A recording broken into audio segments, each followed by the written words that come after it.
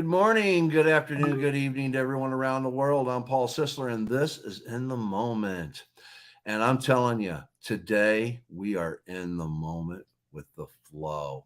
This is just going to be one of the most knockout shows that the In the Moment has produced. And it's the today's segment is the flow. And you guys are just going to be gifted today. You are going to be gifted today because on today's show, not only do we have Shadow Fox, an artisan of the spirit, we have Lee Two Hawks, another artisan. And then we have one of the most divine individuals, the writer of the Gospel of the Witch. We have Diana Bishop on the show today, everybody. This is going to be, I'm telling you, we are going to be shooting the shit today. Hello, Shadow Fox. Hello, Lee Tuok. How are you today? We're fine. Oh, this is going to be a riot. I'm telling. Hey guys, listen. Thanks for tuning in and everything, but today, seriously, we're swapping things up a little bit, and perhaps we have to put our boots on and our big girl undies because we're gonna be going down a rabbit hole here. I feel so neared because he mentioned gifts and I didn't even wrap them. All right. Now, before we get started, we definitely have to bring in the wonderful, the awesome, The one and only. the one and only Diana Bishop. Hello, Diana. Hey. Bless. Hi. Hello. Bless you all. And seeing all of our Twitter people are going to be so disappointed because when I said Diana Bishop, you know they're going to be like, Diana's on there. We get to see Diana. We get to see Diana. Oh, wait, it's just her voice. We get that on Spaces. Yeah, we'll see. Yeah, I just have to say, okay, guys, I had to call in some recruitment here because, you have the two guys here, and so we have to balance this out really nice. So we have the two men and two women, and yeah, we're gonna go with the flow and have some fun. We are women, you hear us roar. All We right. might be a little meow. We are men on a tour. There you go. A 3-hour tour. Yeah. We know what happened with that. Yeah. Yeah. All right. Today, in this free flowing, shooting the shit conversation, and the reason why it's shooting the shit is because the world is going to hell. In a handbasket. Yes, because we don't have the critical thinkers out there utilizing critical thinking skills. And this is what I'm going to bring into the conversation. There's a book by Richard Paul and Linda Elder, okay, The Miniature Guide to Critical Thinking. Now, it's just a self-explanatory aspect of what it takes to basically start critical thinking, to be someone that thinks outside of the box. Now, why critical thinking? The problem. Everyone thinks it is our nature to do so. But much of our thinking, left to itself, is biased, distorted, partial, uninformed, and downright prejudiced. Yet, the quality of our life and that of what we produce, make, or build depends precisely on the quality of our thought. Let that sink in. Shoddy thinking is costly, both in money and in quality of life. Excellence in thought, however, must be systematically cultivated. And with that, I want to talk about there's some stages to critical thinking. Go for it. Unreflective thinkers, they're unaware of significant problems in our thinking. Challenged thinkers, we are faced with significant problems in our thinking. Beginning thinkers, we try to improve, but without regular practice. Boy, do we see a lot of that in Congress. Practicing thinkers. We regularly practice and advance accordingly. Advanced thinkers. We are committed to lifelong practice and are beginning to internalize our intellectual virtues. And the accomplished thinkers. Intellectual skills and virtues have become second nature in our lives. Now, that's all I'm reading from the book today. That's all I'm reading from the book. Because What happened to that one part you were reading? I decided not to. I want people to get the book, and I want them to get this book. I want them to go on Amazon and get this book, because I want them to read it for themselves and start to internalize where they're at in this world. Because before we started, Lee and I, we had a little conversation about different things like critical thinking, critical versus criticism. Lee, go ahead. Anyhow, that two words should not be combined to mean a united front. There is critical thinking, which is analysis and the logic concepts, dealing with concepts and life principles, whereas criticism is that foment of somebody from outside your expression coming forward and somehow saying, hey, I think differently from you, and this is what I think, which is fine, as long as their side is also doing critical thinking. When you have a mob that is emotionally working for an upset of some kind, that's not critical thinking.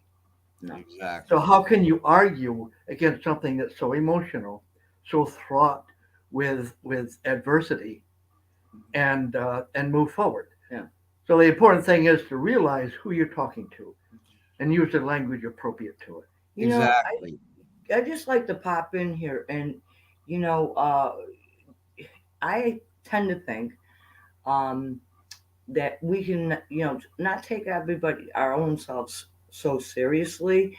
We have to have room to recognize that, hey, we could really be wrong.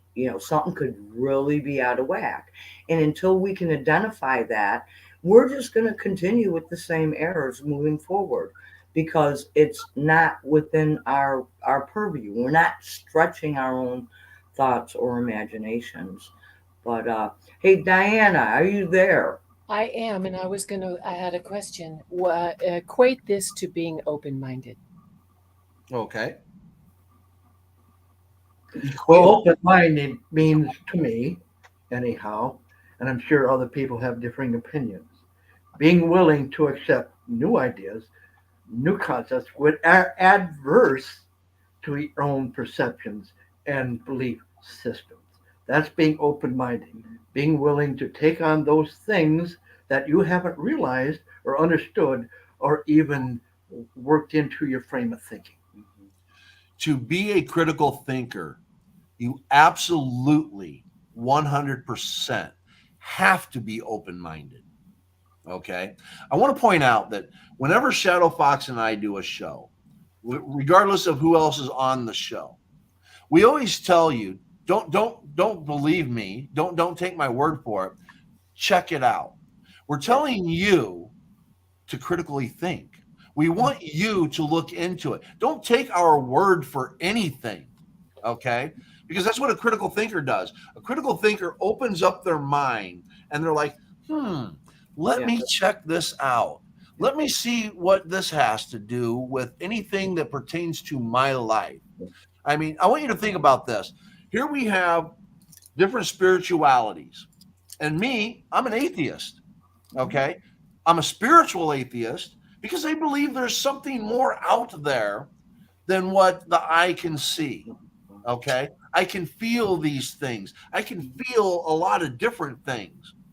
But I don't believe in an all-knowing, all-powerful God, okay, that, is the creator of all things. I don't believe that. And based upon what I have researched, that's where my belief system goes. Now, am I closed-minded to the fact that there could be an all-knowing, all-powerful creator of all things? No, I'm not. I'm not closed-minded to Paul, I think it comes in, and I really would like to give some, homage where homage is due here, because whenever we're looking, it doesn't matter in what contextual aspect information is coming to us. If, Right. if we see some information is being foreign, okay, like I've never heard it or I've never tried it, like what we did, what was it last week with grief.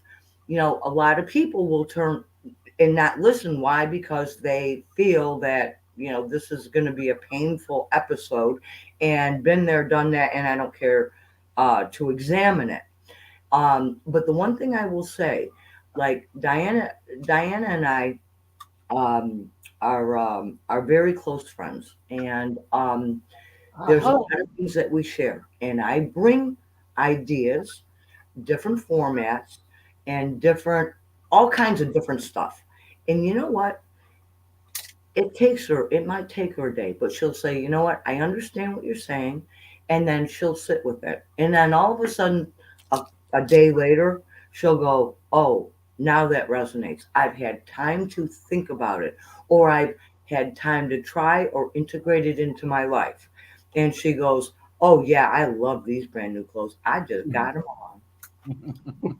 Diana? Yeah, change takes a minute, and a change in thought is still a change. And so, yeah, absolutely, it does make sense that because you have to evaluate it against your old standards, and sometimes actually even set them aside. It makes a lot of sense that things would have to be sat with. So yeah, I exactly. It has been amazing, though, the process that I've been going through for this um, ascension that I am working on for myself, and eventually everyone else. Yes. And Ah, I must say, Diana, you were a willing participant in yep, sitting back and taking that in, correct? yep, That is where the difference comes in when you start yep. looking into different levels of critical thinking. Because Being open.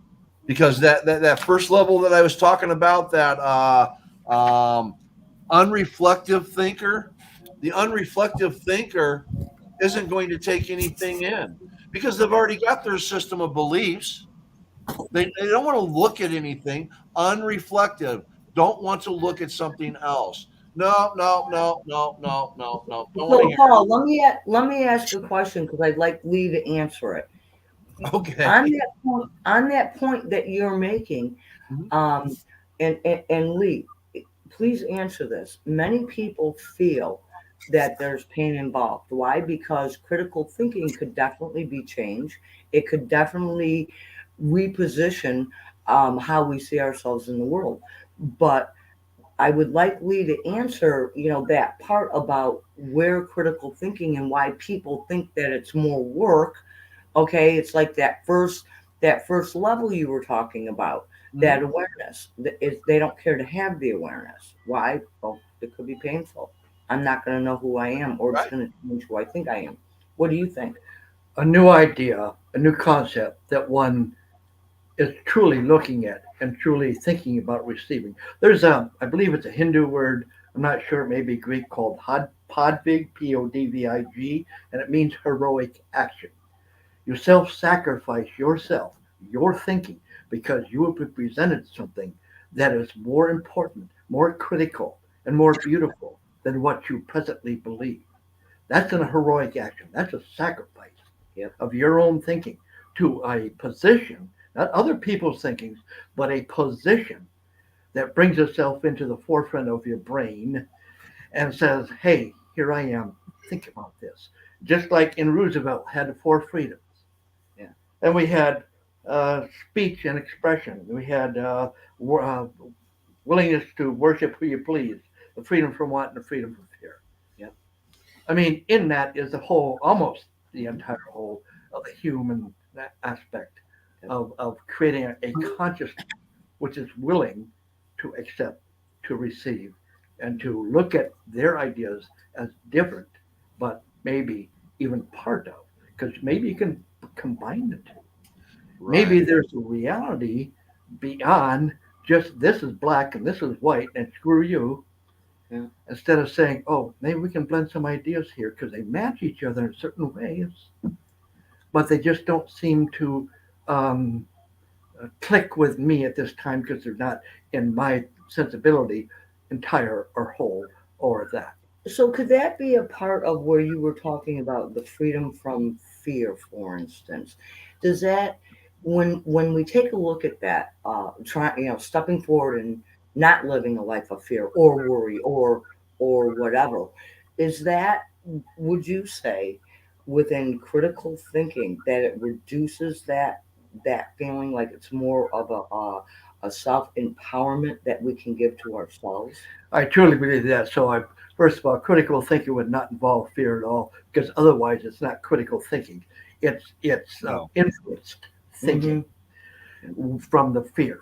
So Yes. when you do begin this process of thinking critically, you will find that whatever fear you may have oozing out, and maybe even starting to criticize yourself for thinking in a way you're thinking, which is a new way of thinking, critical thinking.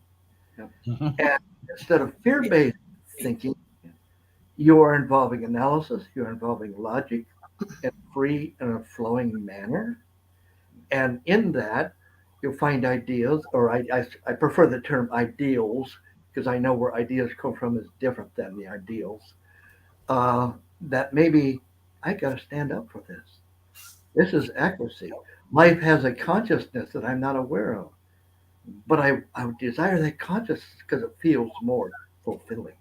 Exactly. It Now, is pivotal, if I may interrupt real quick. It is pivotal to me to think, though, that because you're, in some cases, you're telling people to set aside what's been comfortable for them and what they're used to for their whole lives. yes. And to know that just because you examine and explore other avenues of thought or other ways of even worship, if that would be the case, it doesn't mean that you're actually setting your own aside. You can choose that that doesn't suit you. It doesn't mean that you're actually putting everything you've ever believed in. When we've gone through this process of all the spirituality that I've learned, I measured it up against a lot at the beginning, in particular, of my credo Catholicism, and it resonated.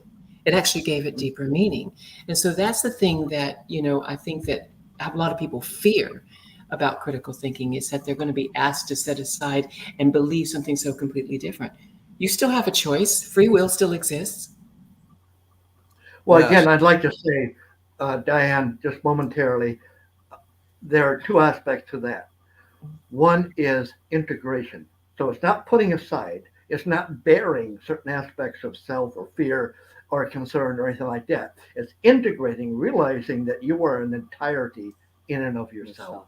And within you have the ability to absorb what you have previously thought and been and done, as well as accepting a new format, a new foundation from which to build a new self. So it's not putting it aside. All that experience you've had in the past is yours. Yeah. It doesn't belong to anybody else. It belongs to you. Yep. And what happens with it is up to you. Does it interfere? Does it create havoc? Or does it build beautiful and be a beneficence? Now, we're talking about fear, and I want to point out, do you know what the number one fear is when it comes to critical thinking? Paul Sizzler?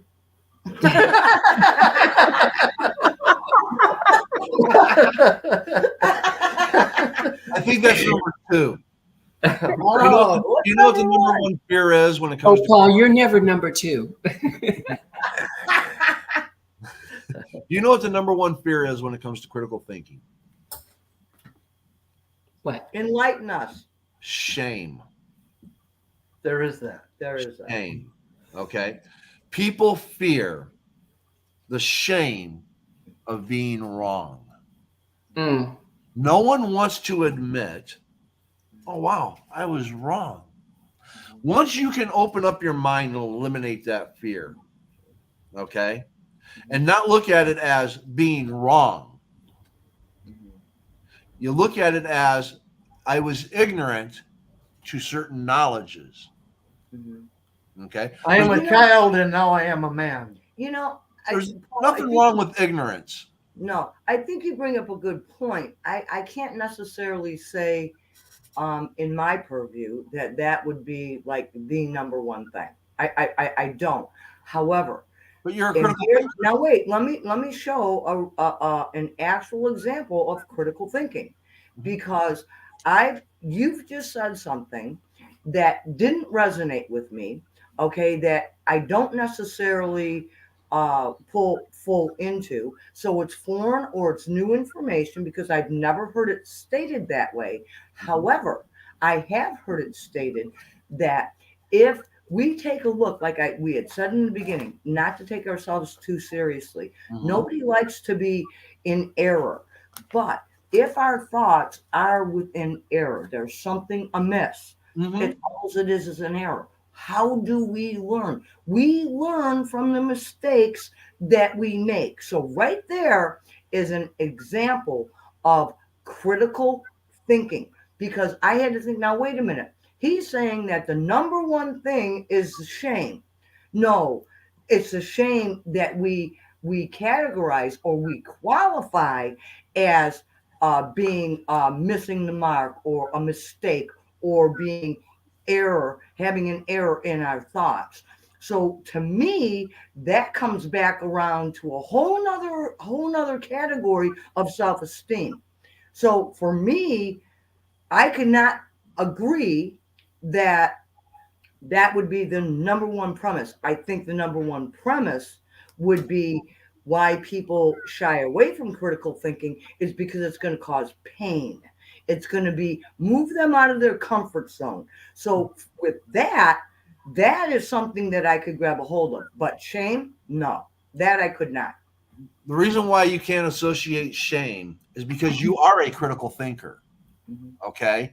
You have no problem with this because you're willing to open your mind up. Somebody that's not willing to open their mind up, they're so set in their belief. To find out that they were wrong would be shameful. They would have extreme shame. This is what I'm talking about. Somebody that refuses to utilize critical thinking skills, the number one fear for not using those skills is shame. Yeah, and see, and this is why, like, what we're doing right now is we're just hitting a tennis ball right back and forth to Right. each other. And this is that part. So you guys have a perfect example of what we're speaking about. So, and Paul, and I'm sorry, I'm going to pull this in because I really do believe that for the times that we're in right now, and there's so much information around this, when we take and we look at critical thinking and then we say fake news, is this truly where an oxymoron really exists? Is there something, is this like the blue pill or the red pill that people are swallowing? Where can we find through critical thinking? Okay, because if we're looking at fake news, is the fake news only based upon our bubble that we're in? Well, first Anybody? of all, Go for it. Oh, Okay. I totally disagree with you. No. Yeah, It's yeah. as a question. I'm not saying I believe it. I'm saying this is. No, I'm only saying Well, that I yeah. disagree with the concept. The way you say it. let me address. Primarily, go ahead. Let me address this. First of all, one of the biggest problems that we have is, let's just take those two words right there, fake news. Okay. Mhm. The news isn't fake. All right. Hear me out. The Yeah. news is opinionated. Mhm. All right. There's a big difference here. All right. Mhm. They take a little truth and then they create a scenario that they throw out a belief system on why they can connect A, B, and C together. And then when people hear that opinion, Mhm. okay, they take it to heart and they don't research it. They don't check it out. They don't try to validate it. This is where argument comes in.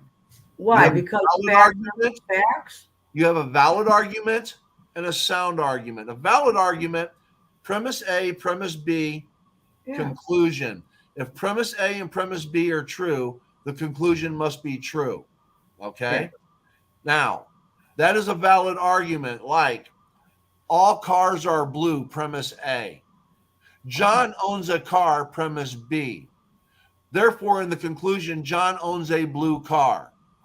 That is a valid argument because if all cars are blue and John owns a car, he owns a blue car.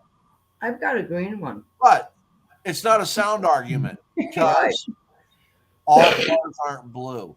And what they do is on the news, they create valid arguments and people listen to them and take them as sound arguments and they run with it. And this is why when we're talking about shooting the shit, everybody gets in their little bubble. They don't venture out beyond it and they take their little belief system and they run with it. And now they're trapped. They've trapped themselves in this system of beliefs. They don't want to go outside of this bubble and learn more. This is where ignorance and stupidity comes in, okay? A stupid person cannot learn beyond a certain point. An ignorant person is simply someone that does not have knowledge. Right. An ignorant person can learn, can venture outside of the bubble and can take in more information and become more knowledgeable in whatever aspect you want to. The critical thinker wants more knowledge. Right. 2 points. To replace the word ignorant with unaware, it sounds a little bit less harsh, because people don't want to be considered ignorant. They want to be considered knowledgeable. And the thing is about all of this is that it asks us to set aside who we are almost, because you are Republican, you are Christian, you are Muslim, and this is like people claim that as almost the entirety of who they are. And critical thinking allows you to accept the fact that you are changing. And that's a key point. We are changing. The world is changing. And so should everything about us change. Am I correct? Yes.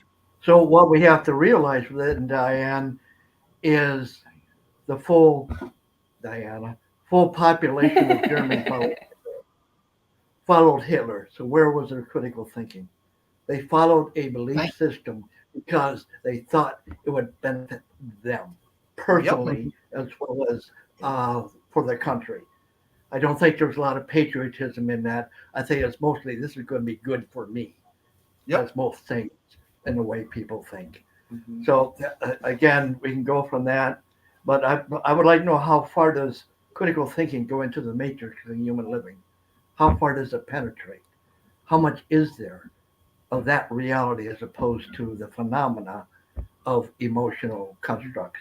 Yeah, well, Lee, what you're really bringing to bear right now is even within an understanding of our own spirituality, and however that unfoldment happens, even within that, there is absolute critical thinking. And I do believe that even within a spiritual essence of who I am, how do I integrate within this world, the world within, the world without, the political aspirations, or even a nation, there has to be some form of checks and balances moving forward, or this is where we step in like a cult. For instance, you have a person that has an idea and broadcasts it within that bubble, and people, hey, that sounds good, I'm all on board, yep, it resonates, it's got some truth over here, and I can jump on board. How many people really consider this? How many people go into for a church, and they're in the church because of community, and I believe what the church is saying here, but I don't necessarily believe that, but I'm going to go to this church because I kind of like what they're saying on other stuff, but I'm not. And so it all gets enclosed in a bubble. And so critical thinking should really be a major focus in every single aspect of our lives.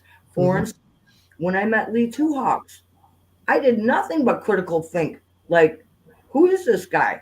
What is, I mean, like, really? I mean, it was like kind of like mind boggling almost, because there were so many things that we carried and resonated together. And it was like, oh my gosh, how can we have the same experience?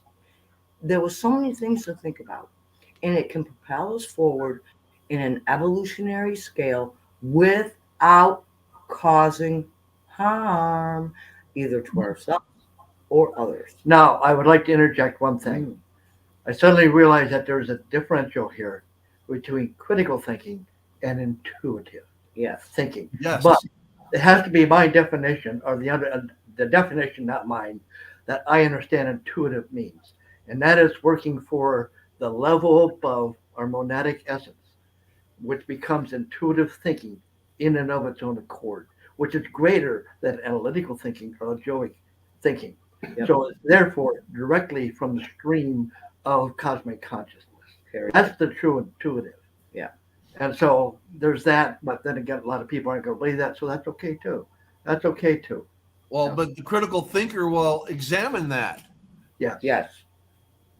Yes. Critical But they thinker have to will- have information to go by. They have to have some surrogate of a foundation that will allow them to think, oh, maybe I'm missing this foundation Mhm. in the aspect of my thinking.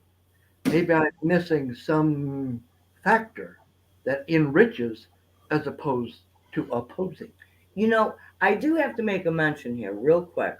Um, when we take a look at anything, like say in the Stoic hemisphere, okay, um, Stoicism in and of itself, I mean, there's different meditations. What it does is it produces food for thought. It truly does. But guess what? Within Stoicism is based within the law of nature in and of itself across the board. And so everything, there's so many things that are interrelated.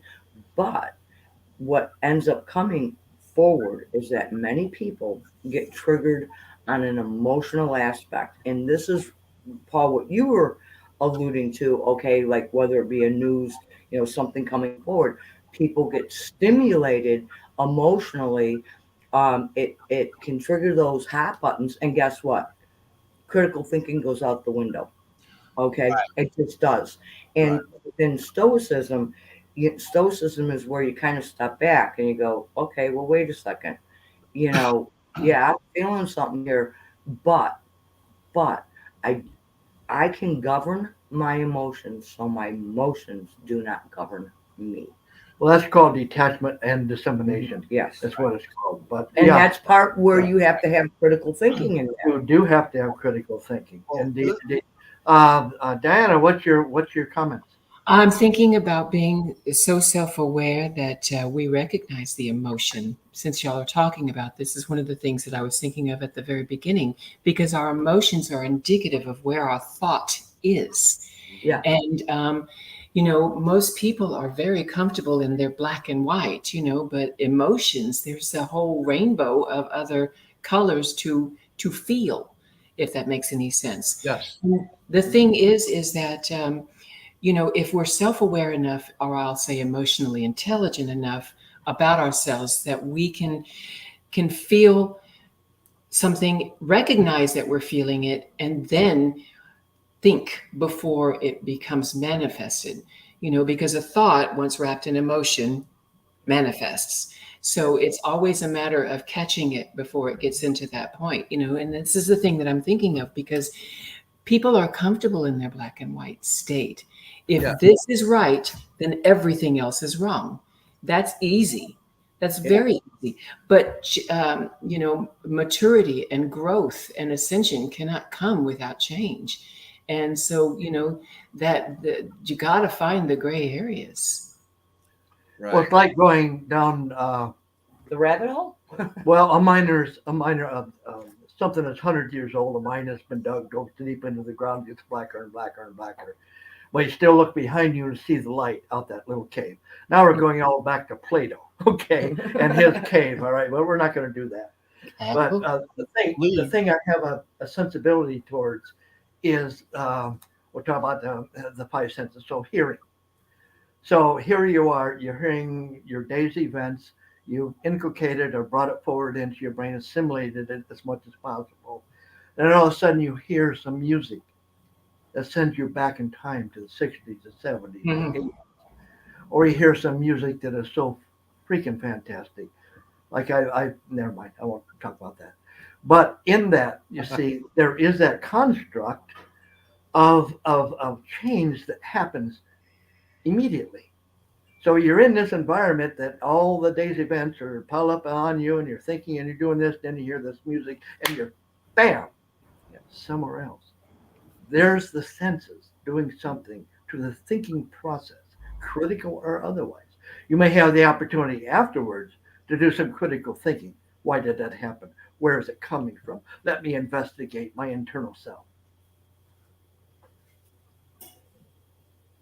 Uh-oh. Boy, we got the mic. Absolutely. I wanted to go back because Lee, you're talking about like the emotional constructs, Yeah. the social constructs of emotion. Yeah. When Shadow Fox brought up stoicism, a lot of people believe that a stoic is somebody that's not emotional, which is absolutely not true. Well, it comes from the Greek. Okay.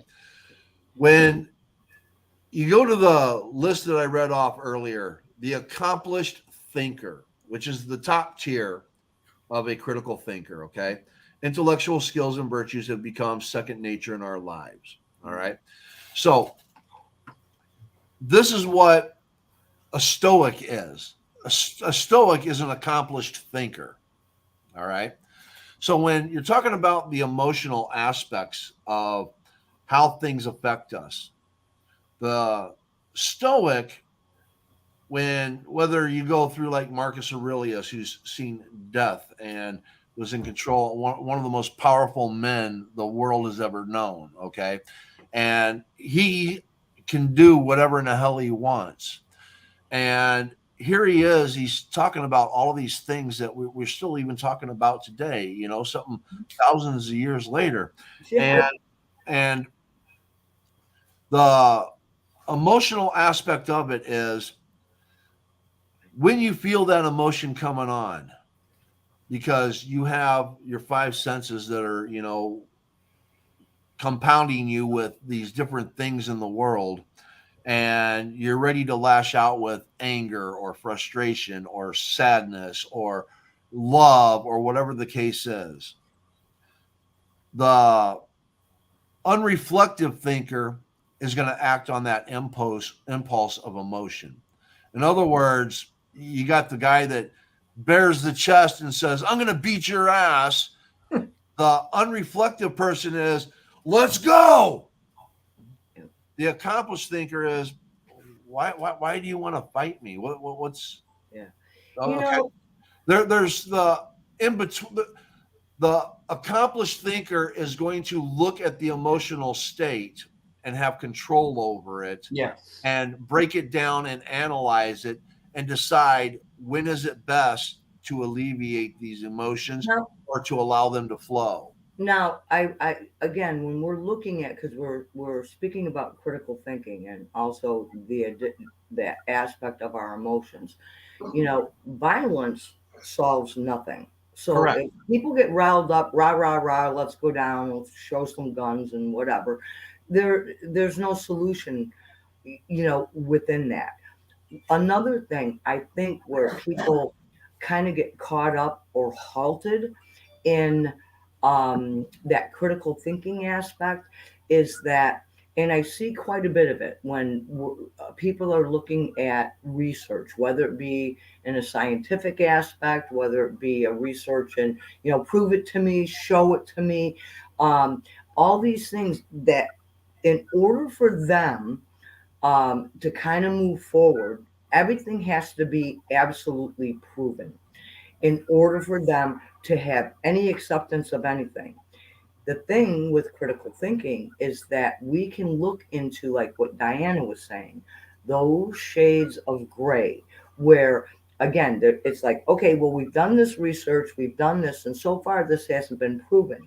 However, if I kind of think about it, if I can bring some critical thinking in and put that emotional component like on that back burner, just so I can become the observer and see how this plays out.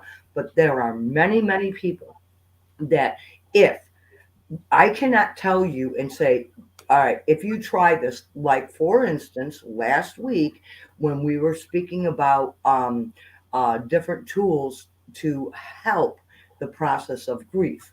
Okay, do they look funny? Do they sound funny? Oh, absolutely. I'd be the first one to mention that. Okay, but until you've actually stepped into that and actually tried it, you cannot make an evaluation on it. You truly cannot. Because if you're unfamiliar with energy or how it works, its mechanisms, a lot of this stuff that Lee Two Hawks and I bring forward, and many other people bring forward. I'm sorry, but science is so far behind the times. They're just now coming up with it. So how can you base something that the ancients have been talking about for eons, and it's just as true now as it was back then with Marcus Aurelius? It's still prevalent today, but can you prove it? I'd like to make one statement, and that's about a person that to me has reflected true intuitive thinking as well as critical thinking. Yep. And that's Nikola Tesla. Mm-hmm. He had all that aspect Yep. applied to his work. Yes. He wasn't overly emotional, he had control of it, Yep. and he also applied his brain to the work required with critical thinking, logic, and analysis. Yep. Yes. Yep. Yes. And here's the thing. When you get into critical thinking, people are like, well, I can't be emotional. Well, no, that's incorrect. Right. Well, you can be passionate, yeah. Well, you can have all of the emotions. You can utilize, you can have frustration, you can have impatience, you can have anger, you can have sadness, you can But you have also have control of those factors. right. Well, Yep. The critical thinker knows when to let them flow and when not to. All right. As in, my wife passed away last year. Okay. Very heart wrenching. Just it destroyed my inner soul for that loss. Okay. Now, I could allow my emotions to dictate and control me and lay in bed and not want to get up and go on with life because my life partner is gone. Or I can analyze the situation, allow myself to cry, continue to feel these emotions that I feel. Okay. I still love my wife. I didn't just shut it off. She's gone. All right, that love's gone. No, that love is still there. Yeah. And that love helps guide me. Yeah. Okay. But I don't let it control me. I break things down. I analyze them. I get up every morning. I take my pup for a walk. I do my shows. I break things down and I continue on. You have to be able to know when to hold this back and when to let this go. You got to know when to let this flow. You got to know when to speak up, when to sit back and remain silent. All of these different things. And when you were talking like the science aspect of it, we have the practical thinkers is what you're talking about, is because they take emotion out of the equation. Mm-hmm. And if you take emotion out of the equation, you failed the experiment. You failed the assignment because emotion plays a part in everything. Yeah. And if you take out emotion, you're losing the battle. You have to have that emotion in there. And that's what makes a true stoic a stoic. Okay, I'm going to jump in front of Diana because I know she wants to speak. There's a difference between showing emotion and controlling the emotion that you're showing. Yep. You can be angry and want to shoot somebody, but something makes you stop and say, this is not correct behavior. Yes. You can get like there was something on TV last night, and I caught like maybe 3 seconds of it, and the actor, had gotten some bad news in the character, had gotten some bad news, and decided to start throwing furniture around in the house or the hotel room or whatever. It's like, what did that do to you? What You can have that outburst of anger. That just means that you've lost. Mean you're not supposed to do that? No, Oh. no. I mean, and again, because when we take a look at how anger and vengeance and discord, it really doesn't serve us. It really doesn't. Okay, so what? Everybody else doesn't get angry? Of course we do. But we don't sit there and start throwing tables and furniture and slamming doors and cabinets and throwing stuff so it breaks a window. I mean, that is where our emotional components are infantile, like infantile. Diana, what say you? Yeah. An example of critical thinking with regards to emotion. I'm thinking about like somebody trying to set up an organization that's going to teach homeless people to, to move up in the world and actually be able to support themselves, teach them a skill or what have you, and put them in a situation where they can. Now, patience. If this person is impatient to get this going, it's going to drive them to actually work as hard as they possibly can. That's critical thinking, recognizing that patience in this circumstance is okay. If impatience means that that person is snapping at any and everyone in the process because they want everyone else to live up to what they think they're doing, then that is a situation where critical thinking says that patience is not the best emotion to exercise in this capacity. So it's just a matter of, again, being very, very aware, and then what does it relate to? I mean, if I'm going to be impatient enough to slam on my horn because somebody's still on their phone at a traffic light, that's impatience. That's not in its best form, right? But if it compels you to do something that's going to be very, very good, then it actually, under critical thinking, means that patience is actually not a bad thing. Correct? Right. Well, absolutely. And there's going to be a lot of other emotions associated with that patience and impatience. Okay. You gave the example, you're sitting at the street light and the person in front of you, you can tell they're on their phone, the light turns green, and they're just not going because they're still talking on the phone. Okay.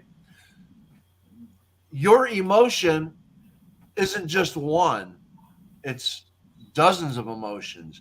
You might have frustration, you might have anger, you might have a lot of other impulses that come to be based upon things that you might be experiencing during the day. And when you're feeling that urge to go, you have to sit there. The critical thinker is going to go, no, no, no, okay. Maybe there's something going on. Yeah, guy's having a bad day. Okay, maybe I have to wait through another light. Is this guy behind me going to hit me? You got to start evaluating and looking at things, because once you start blaring on that horn, you've lost the battle with yourself. Yeah.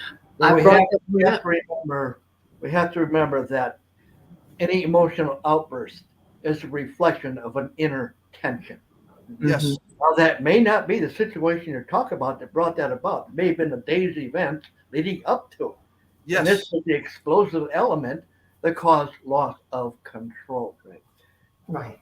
And just very quickly, it's like, Diana and I had a conversation about this a while back, and it's where when people are miserable, they're not, their life is just, they're seeing the world, it's horrific, and everybody and everything's against them, and all of the nuances of nastiness in any form can be reflected and projected from that person, that whether they're having critical thinking or not.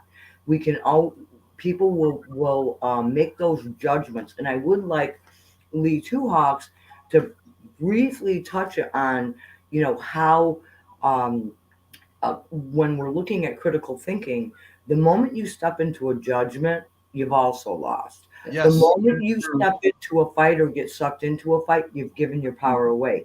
In every single one of those capacities, you have just given your power away. That means here you go. You just got sucked into the vortex. Here you go. Put your big panties on because you're going down a vortex. This is where when we can sit back and go critical thinking. Now, wait a minute. Hey, Shadow Fox just kind of like up the ante here a little bit, right? Her voice, was a little more with volume. Oh my, why would that be? So did I get your attention? Is it something that stimulated me? Did I project something of frustration and anger because people always make these judgments and usually they're very incorrect because they're all within a bubble. So I had to put that out there, guys. Seriously, let's not take ourselves too freaking serious. Let's have a little bit of fun with this because critical thinking can be absolutely freaking comical. I don't know a single comedian that has not. This is where they get their information from. What? There's a little bit of, there's a truth attached to it, right? But yet they flip it on its side. They show a different perspective. They show a creative thought behind it instead of that critical. Yeah, well, Paul, guess what? This is the way you're thinking, and I'm going to tell you how wrong you are. This now, I mean, come on, really. This is where it gets to be exciting and fun because a comedian is going to take that information, everything we just said right here. They could probably have 5 years of comical relief and information written just in what this little segment is. Why? Because we can make fun of ourselves. We can, it's like, hey, I have made more errors in my life than I've ever gotten correct. Yes. So I know both she and she's had her own experience. I've had mine for a decade. I was a heavy drinker. And I go into the bars to talk about freaking depression. All right. So on the keyboard, the music thing, you press the buttons and you get some music. And there's a Patsy Cline on there. I played Q17 for fucking ever because it was so sad and all this stuff. And I didn't want to live in that world. It matched your emotional at that time. And that's what you were projecting. Up on it, and let's hear a little bit more of the same. Why? Because we're all in the bubble. Yep. Go ahead, hon. All right, so let me present 3 different things of my perception of the way to conduct yourself in a justified society. Home duties must be met with love and beauty, sympathy, and joy. Oh my God. Selfless love, serenity of heart, meaning poise. And then unflappable character, meaning equanimity. Ooh. Those are 3 things I'd like to be considered. So, yeah, I still have that passion. I still have that desire because if you looked at me cross-eyed back in that decade, I would hit you. Oh, would he hit you? And I wouldn't think twice about it. It was just what I did because I was so angry. And we're looking at where, self-esteem was, being brought up, within different environments creates a segue of how, as adults, we're going to see life. I mean, I cannot say that there's any person alive today that at some point in their life has not bitched, moaned, or complained or blamed their parents for their lot. It's all their fault. If my parents would have raised me this way, I could have done that.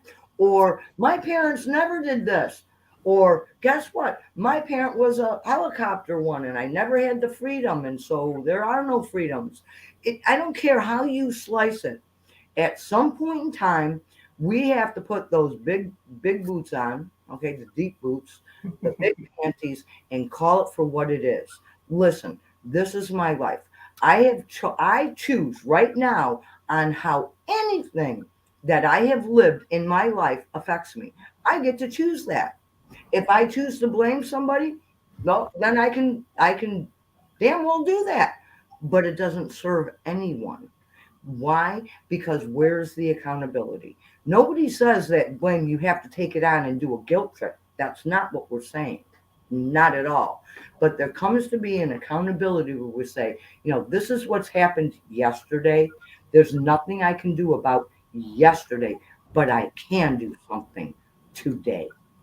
And again, emotions are telling you where you're thinking because in that poem that I wrote, I won't recite the whole thing, but if you are thinking in the past, you're going to suffer regret, shame, guilt, trigger, and everything. But it's a matter of being very conscious in this moment, being at peace with who you are, knowing your completeness is there, and then listening to what other ideas might be out there that actually could elevate that. It doesn't mean again getting rid of of who you are. It means growing who you are.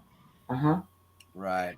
Well, I would like to say, excuse me, Paul. I would like to say in regard to that, I made a choice for 2 years to go through every aspect that I could recall of my life and ask for forgiveness for those who have harmed me or perceived to have harmed me, and forgive myself for holding that grudge and that anger and that bitterness. It took me 2 years to get through that, but I did it. I know, we are coming up on the hour, and I would just like to put this out there. There's, people have been in spaces with me, and we've, have discussed this in different components. However, here's something for critical thinking, truly. If here's a sentence, and how would our lives change if we really thought about this sentence? I am complete. Hmm. I mean, really, if we really think about it, how would that affect us in our job performance? How would it affect us in our, within finances or in love affairs if we're not expecting something from someone else? So those expectations go away. Why? Because I don't expect anything because I am complete. I have no requirement for anything at this point in time. And if I did, I would either go get it or ask for help or whatever. But literally, think about that. That is a fantastic sentence with critical thinking that steps into every single awareness of consciousness. It steps into every single awareness of even stoicism. It steps into every single awareness, even when we're looking at stepping into the flow of energy, the flow of nature. Oh my, I am complete. Yeah. Well, there is that aspect. If B follows A in the alphabet and all the letters follow after that, then I am the complete alphabet. Mhm. I am the totality of all that is. Yes. Mhm. Mm, mm, mm, mm. Aho. I'm complete. You cannot harm me. If someone is feeling harm or shame or error, it's because you choose to feel it. Here's another one. Here, just for you guys to think about. Oh, pain and suffering is optional. Let's give Diana a chance to speak. We're getting short on time. So. No, there was a situation where I know people that hold on to hurt from the past, and the fact is that the hurt is always caused by someone else, typically their viewpoint of that person, their Yes. assessment of that person. And the one thing I ask them is, okay, if you feel or think a certain way about me, that's what you think or feel. It doesn't have to mean it's what I think or feel. So why would anyone want to put any kind of power into that other person's thought? And, Well, if you're being beat with a belt, is not the belt real? ask again. But that yes, that could be a situation that is happening. But after that beating with the belt, guess what? Now you have something to process. You've survived it. If there was a mistake that you had made and somebody used corporal punishment, to bring about change, we can always consider that, well, before I do this, I know I'm going to get beat with a belt. Maybe I shouldn't do that. Or, or it was unjustifiable in any cause. Everything was incorrect, but you were still beaten. So therefore, we create that victimization, so to speak. Shit's going to happen in our lives. Life is not. It doesn't mean there's a fairness to it at this point in time with human consciousness the way it is. You know, my grandmother used to say, "Hey, you know, God never, said that, life is going to be a bed of roses. There are thorns." And so, again, it's how we are going to perceive and take action with those life events. Now, can I say that beating somebody with a belt is a really good option? Did I happen to say that violence solves nothing? There are no solutions to it with it. So that would be an act of violence. Mhm. And it's like, again, we've got to be able to grab our own accountability for what we're doing from this point right here, right now, today. This present moment is all we have. And let's think about this aspect of that too, though. When you talk about that, like, okay, here's an example. A friend of mine, actually, because of her difference in high school, she got pushed down the staircase. Now, how are you going to look at that? Are you going to look at that as that pain and recall that pain every single time that that happened to you? Or are you actually going to look at that and look at yourself and say, I survived that? Exactly. I dealt with that, and I'm here now, and this is the past, and here I am now. I survived it, which shows your strength.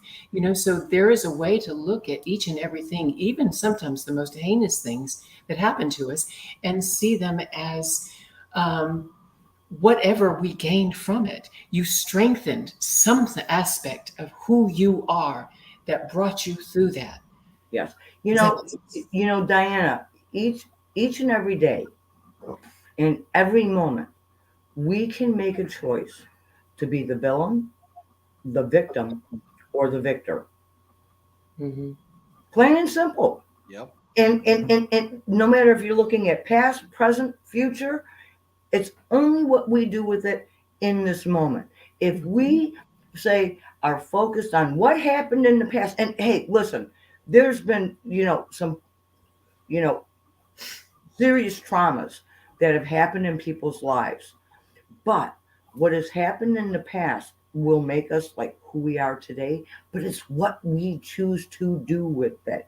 There are some devastating traumas, and people have worked through it and then started advocating. Like, we can get on a real negative side. One the young girls that was um, kidnapped and put in a little dungeon thing and just brutally perpetrated. And then she was found, and the only thing she thought was, "Oh my God, light!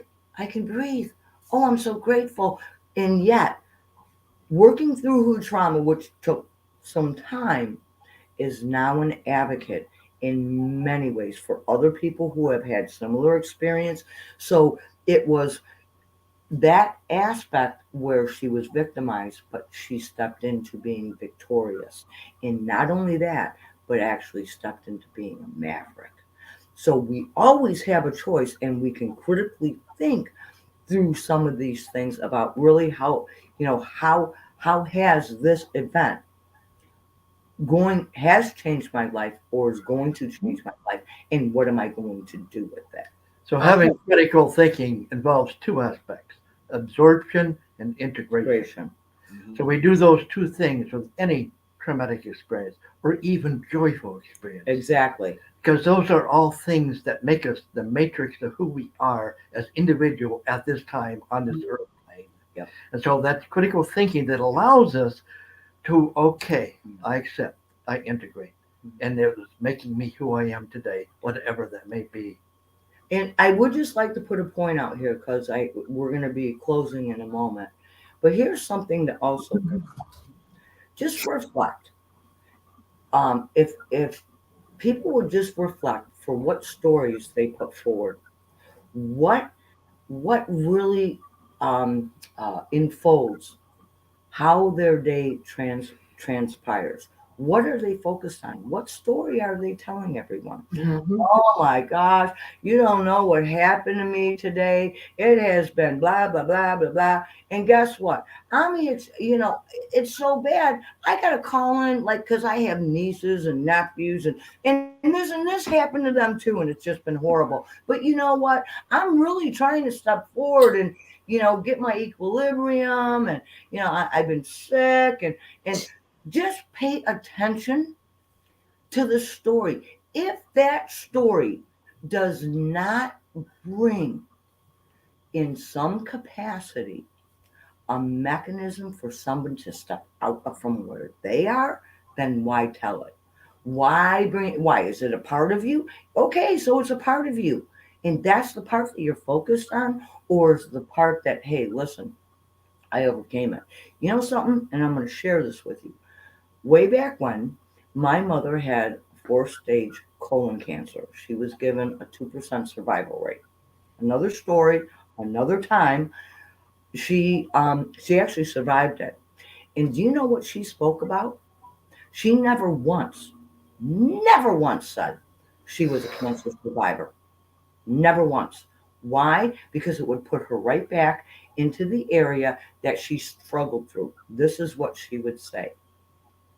You know what? I did. I overcame it. And guess what I'm doing now? I had cancer, but guess what I'm doing now? I am going to school. I am 62 years old, and I just got my bachelor's degree. Why? Because it was something that I'd like to do. So she was focused on that present. This is what she did right now, and this is what she's going forward for. Never once did she ever say, I am a cancer survivor. Never once. Now, take it. That's just something that my mother, a graceful thing that I learned from my mother. However, it's going to suit people to say, yeah, I'm a cancer survivor. Why? Because it gives them strength. However, are you going to come into being victorious? Are you going to be the maverick? How do you do that? If you're constantly focused on what's wrong in your life, and you constantly talk about that, that's exactly what you're going to see more of. And many, many people are unaware of it when they come in and they start broadcasting and telling everybody their life story. Why? What have you done with it? That's my question. And I'm being upfront and honest. And it's like that. That's my question. Like, oh, where are we going with this story? Like my mother. I just got my bachelor's degree, and this is I'm having fun with it. I'm writing. I'm doing this. I'm doing that.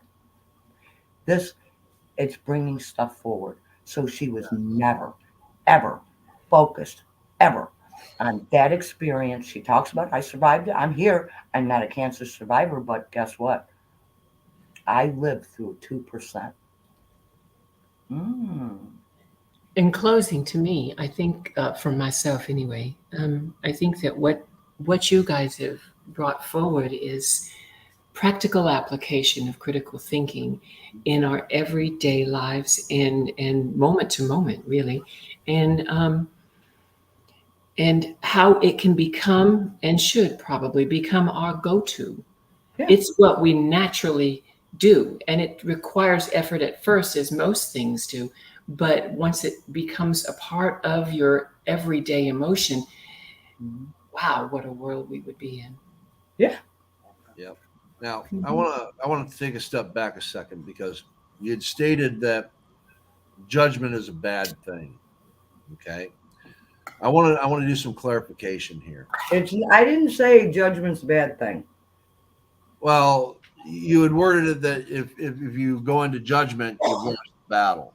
And You're judging yourself. Well, there's a difference between judgment and assessment. well, hold on, because here's what I want to go into is there's different forms of judgment because the critical thinker applies judgment every day. Okay. Mhm. And I want people to know that there's a difference. All right. Judgment, a misfortune or calamity viewed as a divine punishment, which is a punishment or retribution. Right. If that is where your judgment goes every time. That's not a good thing. Yeah, like judging someone else. If Right. you're looking at placing a label or judging someone else, then stand before that mirror and take a hard, cruel look at it, because Right. you are doing that to yourself. Well, what I wanted to bring up is the other definition of judgment. Yes. The ability to make considered decisions or come to sensible conclusions. Yes. Okay. And the similes for that: discernment, shrewdness, common sense, Yep. perception, wisdom, wit, prudence, understanding, intelligence, awareness. The list goes on. Okay. When you're a critical thinker, you're looking at things in a logical manner, as Lee Two Hawks has brought up. Logic, common sense, deductive reasoning. These are the hugest components of actual critical thinking. To look at things, look at information, analyze it, and try to come up with a shrewdness in response, or a common sense awareness of something, to apply it in a way that benefits good things, benefits others, benefits yourself. Yeah. We had talked about drinking. I too was an alcoholic. My judgment on myself is alcohol and I do not make good friends. So I put alcohol out of my life since April 3rd, 1993, and haven't gone back since. That is a judgment on myself, and it's a good judgment. Okay, one of those words you used was shrewdness. The rest of the definitions I totally agree with in that aspect of judgment you're talking about. Yes. Shrewdness indicates manipulation, indicates moving things not through logic, but through some context that doesn't really fit the situation. You're being shrewd. You're being like Hidden a agenda. fox. Like a hidden agenda. Like a hidden agenda, yeah. Yeah. Hey, So, now. and I agree with Don't be bringing in a fox. I agree with everything else. It can. One of the definitions of it is the quality of having or showing good powers of judgment. And in that essence is how I mean shrewdness, not the aspect of manipulate. And here's the thing. Shadow Fox has said on a multitude of shows, words have power. Yeah. Words have power. And when you're using words, the critical thinker has to think about what words you want to use to make sure you have the least amount of potential misinterpretation. And here is a perfect example, okay? When the word shrewd was brought forward. Now, we can pull up the definition. Right. But when you look etherically at it, no. And this is why when Lee Two Hawks came in and said and countered that, it's only because we have spent a lot of time looking at specific things of how we say things, how they resonate, and what words carry a different resonance. And so that's the only reason why he brought that up. But until you spend time and you step into that field of the unknown, this is unknown to you.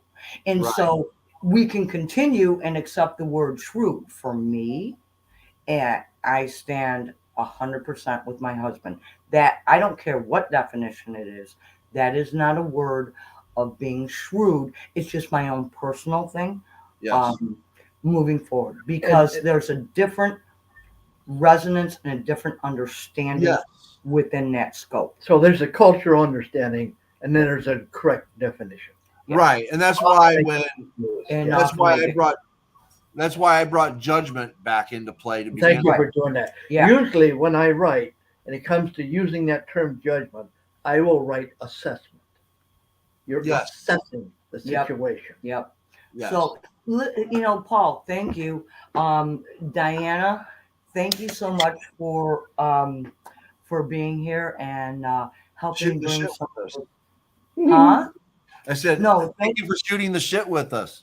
yes, definitely. And again, it was like, hey, listen, I was in the middle of these two guys and it just felt good. Here. I'm sorry, but I mean, come on, I'm sandwiched, man.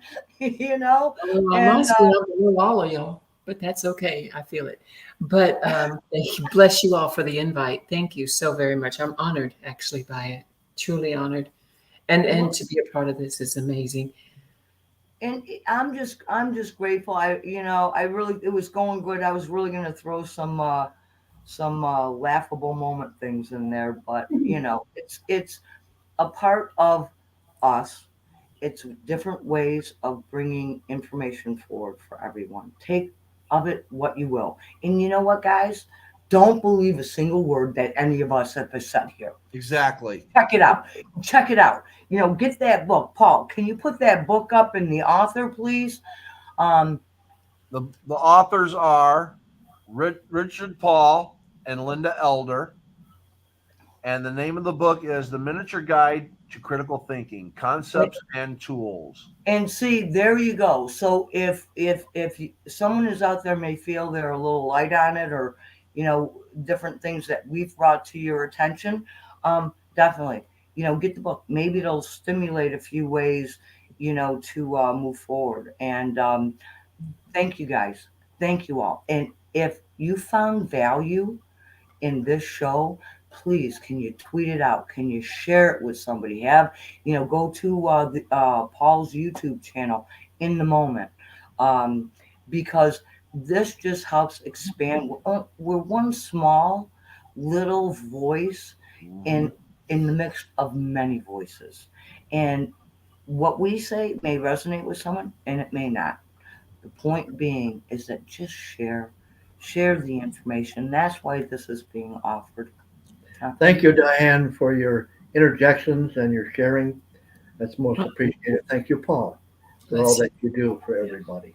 Oh, thank you. Thank you. And remember, even if it doesn't resonate with you, maybe take a day or two, sit on it, think about it, and maybe check it out a little bit, because you never know. Maybe down the road it might resonate with you a little bit. You might get that V8. Yeah. Or upside the head with a frying pan. You know what? You don't have to agree with us. You don't have to disagree with us. You're here. Just listen to us and enjoy. And remember, no matter where you are, no matter who you are, be kind, be happy, and may good things come your way. Thank you. Thank you all. Thank you. Thank you.